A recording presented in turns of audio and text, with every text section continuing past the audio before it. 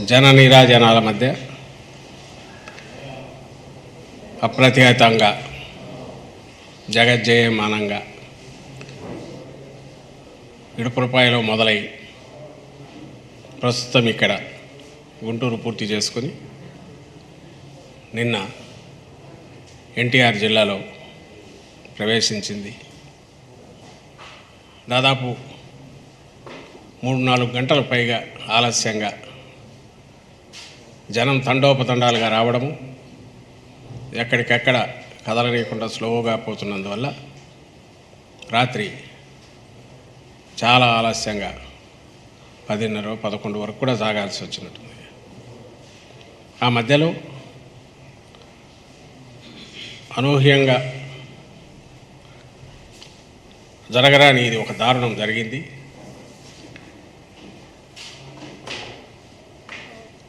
జగన్మోహన్ రెడ్డి గారి మీద దాడి జరిగింది.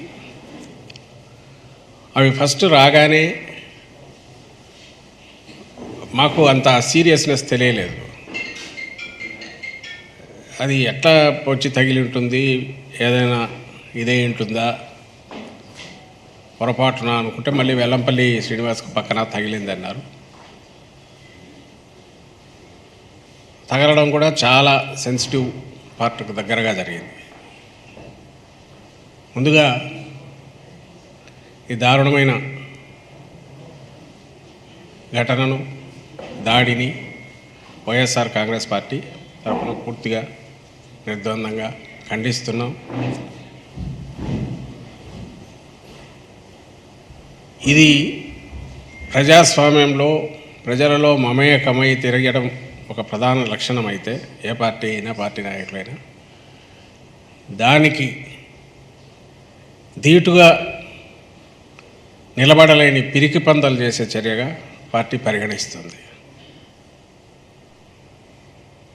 ఇప్పుడు నిన్న జరిగిన సంఘటనను ముందు చూద్దాం. ఆ ఫోటోలు ఒక్కసారి పెట్టావా?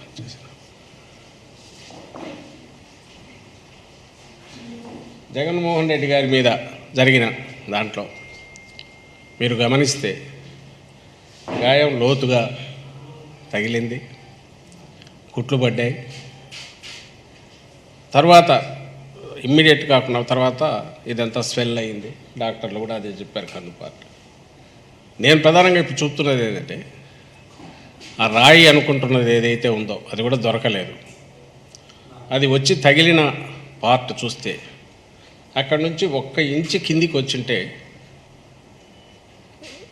కంటికి పూర్తి కనుచూపు పోయేది, కన్ను దెబ్బతినేది, కన్ను పోయే అవకాశం ఉండేది, ప్రమాదం ఉండేది.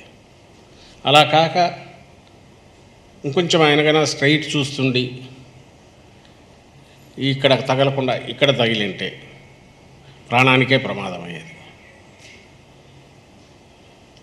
ఇది ఎవరైనా మీ మీడియాలో వచ్చినవి చూసినా కనపడుతున్నాయి. ఆ తర్వాత మూమెంటు అది కూడా మీరందరూ మీడియాలో కూడా చూపించారు.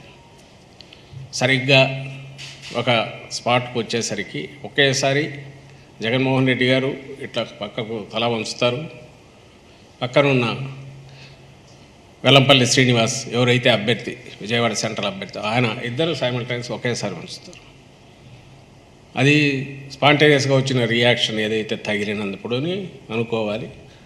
తగిలినది కూడా బలంగా తగిలింది అనేది తెలుస్తుంది. మామూలుగా తర్వాత వెల్లంపల్లి శ్రీనివాస్కు ఆయనకు కంటికి జగన్మోహన్ రెడ్డి గారికి తగిలిన తర్వాత వెళ్ళి తనకు కుడి పక్కనున్న వెల్లంపల్లి శ్రీనివాస్ కూడా కంటికి, ఎడమ కంటికి తగిలింది. ఆయన కన్ను మీద తగలడంతో ఈరోజు కూడా మెడికల్ చెకప్ చేశారు. బహుశా మీ మీడియా వాళ్ళు కూడా వెళ్ళినట్టు చూసినట్టున్నారు. 48 అవర్స్ ఏదో ఇదిలో ఉంచాలా, అబ్జర్వేషన్లో అన్నారంట. చిన్న స్క్రాచెస్ ఏవో పడినాయి కనుగుడ్డుకొని అంటున్నారు, అన్న డాక్టర్లు అన్నారని చెప్పారు. నేను ఇంతగా ఎందుకు ఎక్స్ప్లెయిన్ చేస్తున్నా అంటే సీరియస్నెస్, సంఘటన సీరియస్నెస్, ఆ దుర్ఘటన ఏదైతే జరిగిందో దాని సీరియస్నెస్ చెప్పడానికి చెప్తున్నాను. అదే జగన్మోహన్ రెడ్డి గారికి తగిలిన రాయి తగిలి పక్కన ఉన్న వ్యక్తికి అంతే ఫోర్స్గా వెళ్ళి తగిలింది అంటే ఇక్కడ ఎంత ఫోర్స్ అప్లై అయి ఉండాలి. ఈయన కనుగుడ్డు కూడా ప్రమాదమైంది, ఇప్పుడు రెటీనాకు ఇదవుతోంది అనేంత ప్రమాదం శ్రీనివాస్ది అయితే, దానికి ముందు తగిలిన జగన్మోహన్ రెడ్డి గారికి ఎంత ఫోర్స్గా తగిలి ఉంటుంది అనేది ఒక్కసారి గమనిస్తే, ఇది కింద నుంచి ఎవరో విసిరితే దాని ట్రాజెక్టరీ పైకి వచ్చి బస్సు మీద పడిపోతుంది. అక్కడికి వచ్చేసరికి ఫోర్స్ ఉండదు. ఇది ఎవరైనా చిన్నపిల్లల్ని అడిగినా చెప్తారు. కొంచెం ఫిజిక్స్ గురించి అవగాహన ఉండని చెప్తారు, లేదా కామన్ సెన్స్తో పల్లెటూరులో చదువురాని వాళ్ళైనా చెప్తారు. బలంగా ఏదో ఒకదాన్ని ప్రయోగించి ఉండాలి. అది క్యాటపుల్ట్ లాంటిది అయి ఉండొచ్చు, లేదా ఎయిర్ గన్ లాంటిది అయి ఉండొచ్చు. క్యాటపుల్ట్తో అయినా సరే ఒక 20 అడుగులో 30 అడుగుల దూరం నుంచి వస్తే ఒకరికి తగిలిన తర్వాత మళ్ళీ అంత ఫోర్స్తో ఇంకొకరికి తగిలుతుందా అనేది అదొక అనుమానించాల్సిన విషయం అది. సో ఏదైనా బలమైన దీన్ని అంటే బాగా పవర్ఫుల్గా ఎజెక్ట్ చేయగలిగిన దాన్ని ఉపయోగించి ఎయిర్ గన్ లాంటిదో ఇంకొకటో దీన్ని ప్రయోగించారేమో అని అనిపిస్తుంది. ఎవరో తుంటరి వాడు, ఒక మిస్క్రియంట్, ఒక దుండగుడు అలా చేసి ఉంటే ఇంత పథకం ప్రకారం ఇట్లా చేసే అవకాశం లేదు. ఇది క్యాజువల్గా ఎక్కడి నుంచో విసిరినది అనుకోవడానికి లేదు అవకాశం. అలాగే నేరుగా వచ్చి తగిలిన స్పాట్ అది చూశాక ఎవరికైనా భయం వేస్తుంది.